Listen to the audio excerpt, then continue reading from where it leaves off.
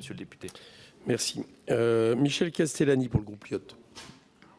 Merci, Président. Monsieur le ministre, moi, je veux le dire, nous avons conscience de l'extrême difficulté qui est la vôtre, puisque vous avez en charge de stopper un dérapage qui a initié depuis longtemps et qui n'a cessé de s'aggraver. Le résultat actuel, c'est qu'il y a un besoin de financement qui est à hauteur de 314 milliards à peu près.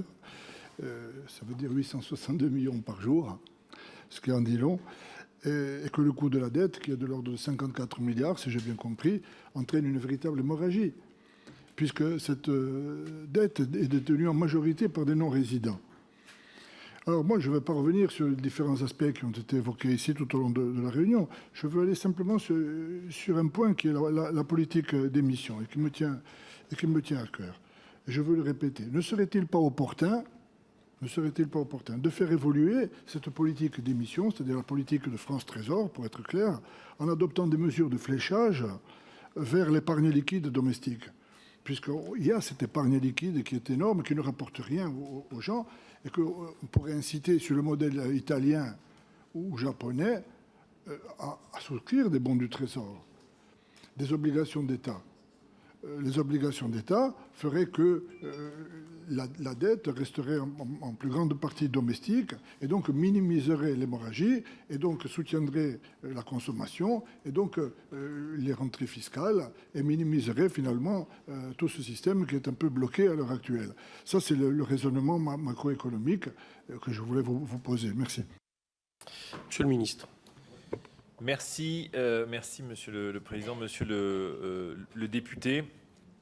Vous avez raison de dire que notre montant de dette est important. Il faut donc tout faire pour redresser nos comptes publics et je compte aussi sur le groupe Lyot pour nous faire des propositions d'économie et alimenter notre réflexion collective pour redresser ensemble nos comptes publics. Vous savez, aujourd'hui, la dette, pour en revenir à votre question plus précise, aujourd'hui, la dette, elle est détenue pour un quart à peu près par des investisseurs domestiques, un quart par notamment la politique monétaire de la BCE, donc la BCE, des investisseurs de la zone euro et puis des investisseurs hors zone euro. Donc c'est les quatre quarts. Et en fait, le fait qu'on ait une grande variété d'investisseurs, ça nous permet d'avoir un coût de refinancement de notre dette assez faible.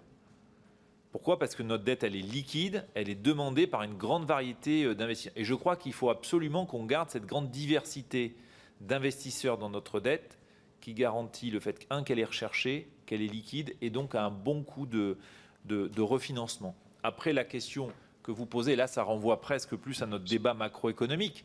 C'est comment, et c'est un peu l'hypothèse que nous faisons, comment par la poursuite de notre politique économique, la confiance dans notre pays, par la baisse du chômage, on incite aussi les Français à mobiliser davantage leur épargne, peut-être à consommer davantage, et donc d'une certaine manière à continuer à alimenter ce modèle de croissance.